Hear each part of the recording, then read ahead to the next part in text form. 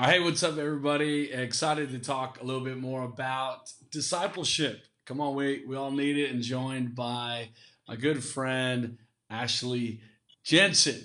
Come on. What's up, everybody? Hey there. Thank you, Samuel, for having me on. I love, man, I love following Jesus. I love you, man. I love Hey. what you're doing. I love the fact that, God gave you this idea and, man, you took it, you ran with it as a step of faith and to see what it's blossomed into. I'm proud of you, man. I think it's awesome and love what you're doing with it. But yes, my name's Ashley Jensen. I pastor a church called Destiny Church. We're just outside of Montgomery, Alabama.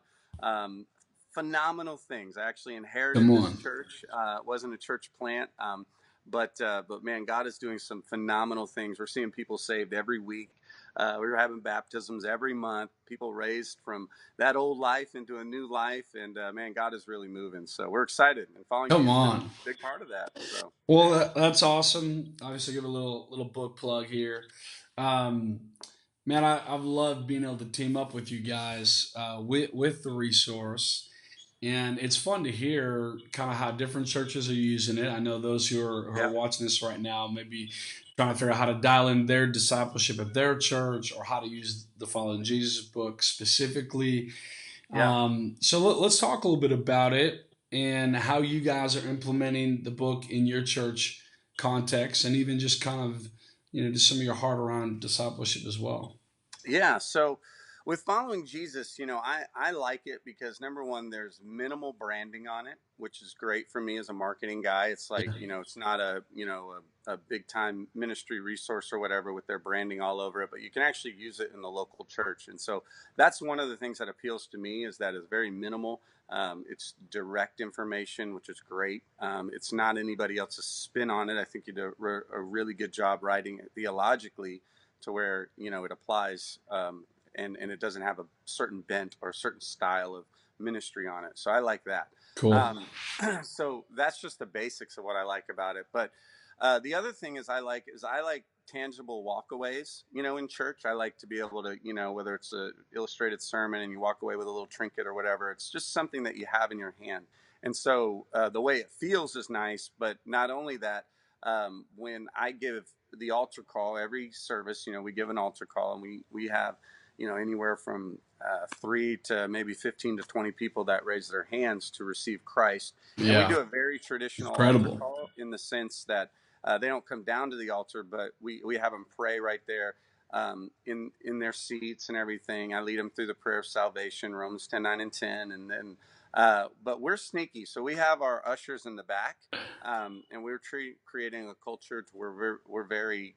This is the point of why we do church is the Yeah. altar call moment, and so nobody leaves. The doors aren't opened. I mean, it's a solemn moment, and so.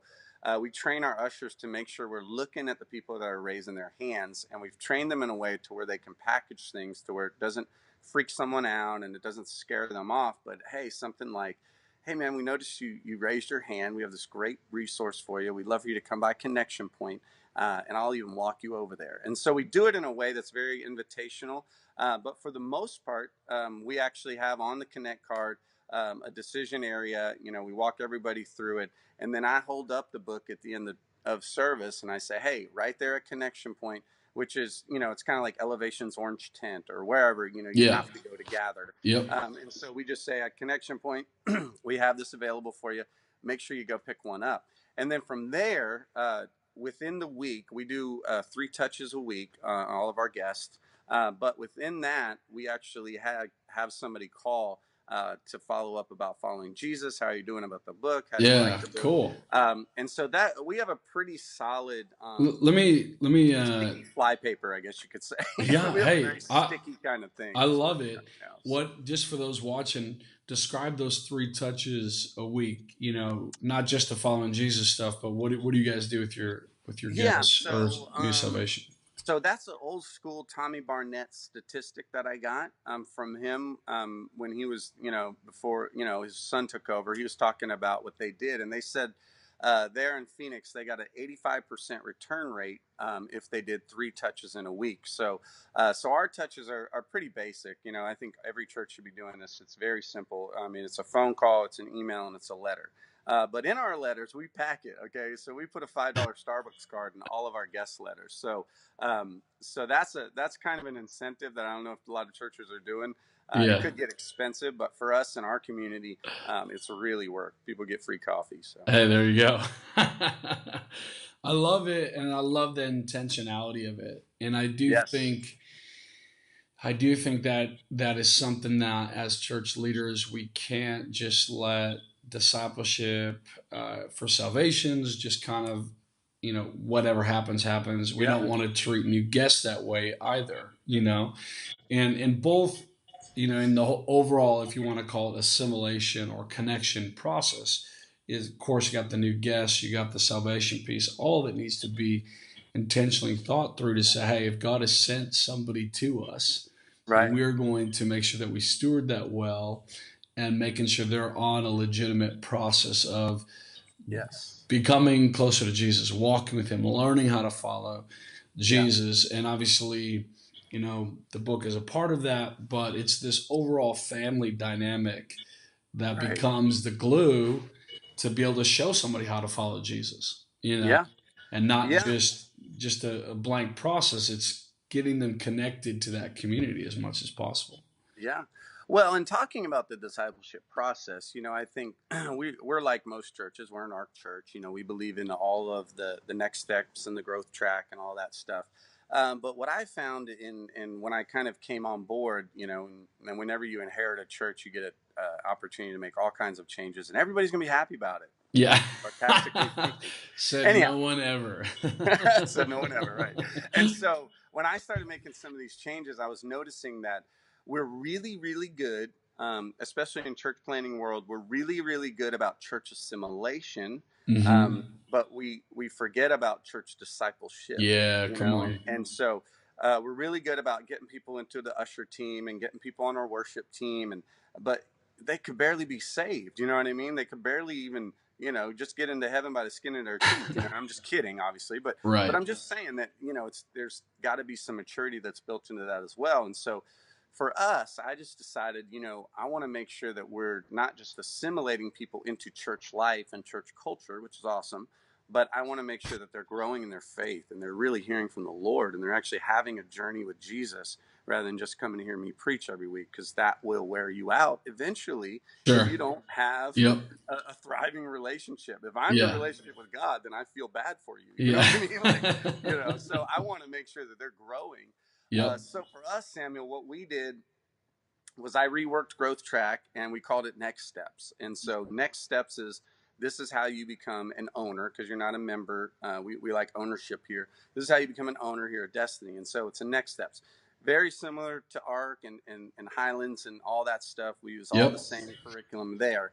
But then our discipleship process, I wanted to rework a little bit, because that's going to be more discipleship happens in relationship kind of feel. And Yep. so instead of a very specific small group that runs with our small group semesters, I wanted to do something special. And so for us, we're going to take your book. We're taking the Following Jesus book. We're coupling it with another book called The 10 Qualities That Move a Believer to a Disciple. And Cool. so we're actually going to create maybe a 10 to 12 week system of discipleship, almost like old school Sunday school, to Okay. where people are really like digging in the word, they're really learning it. And so we're going to try that and see, how it goes and what happens. And I'll tell you, if it worked or not, Yeah. but it's just thinking creatively on your Yeah. discipleship systems. Cause, systems are it, man. So if everybody's got a system in their church, Yeah. whether it's intentional or accidental, Right. that's your fault. You know what I Yeah. mean? But there's always going to be a system. That's the truth. And I actually love that you said we're going to try this, Yeah. because It's I an think experiment. I think that's one of the reasons why I'm kind of even making some of these conversations almost a little bit of this informal uh, Sure. interaction, because in a month from now or 6 months from now, you could be like, well, we tried that, but now we're trying this. You know what I Yeah. mean? I Yeah. didn't want to etch anything in stone here, because Amen. they're really, and I think that's a part of any growing church, any healthy church does recognize this is a journey, it is an Yeah. evolving conversation, and even what maybe works in this decade in Right. 5, 10 years from now, it might be like, scrap that. We got to rework the system, Yeah. you know, Yeah. Yeah. and try out some new approaches. But I Yeah. think the key is to be continually engaging that discipleship conversation to say, hey, this is Right. important, it's needed. And as the church, it's 50% of the Great Commission. Reaching them, awesome, got that. Yes. Second half is this discipleship part of it. Right. And so I love the way you guys are engaging it. And we'll have to have another conversation after you let us know how that one worked. Yeah, this will be our experiment, and honestly, that's another thing, man. And any church leader out there, if you've learned this already, you'll learn it the hard way. Everything you try is an experiment. It doesn't mean we're doing it this way forever, Yep. because you're going to set yourself up for failure. You always Yep. want to say we're going to try this. So, for instance, we're going to launch a resource center. Well, they've never had one here at this church, and so for me, I'm Yep. saying, hey, we're going to try it out and just see how Yep. it goes. That's it. But in my mind, every church I've been in has had a resource center, and Yeah. so it's just, again, I think, what does Bill Hybels say? He says, around here, we're incessant tinkerers. We're Yeah. always tinkering with something. We're tweaking something. We're going to make it better. And so that's one of our core values of excellence is we can make it better. And so, Yeah. so again, this discipleship thing, we're going to try it, see what type of fruit is produced, because it's not just, hey, we're doing it to do it, but Right. we have to judge it on the fruit. And so Yep. people are really growing in their faith, and we're seeing that happen. Okay, fruit's good. Let's keep going. Yep. If it's not, then it's one of those things as to what are we doing that is spinning our wheels and wasting energy. And every quote program or thing you've got going on in your church, it either needs a funeral or a celebration. Right. You know what I mean? I I don't love think there's that. any That's good. any middle ground. So anyhow, So good. Well, hey, thanks, Ashley. So yeah, appreciate you jumping on. Great stuff. cool. And I know there's some great takeaways here for churches and pastors to be able to glean from. So Amen. excited to keep working it out together, tinkering it out together Yes, to sir. make more effective disciples there. Absolutely. So thank you. Talk Amen. to you Thank soon. you. Love you, buddy.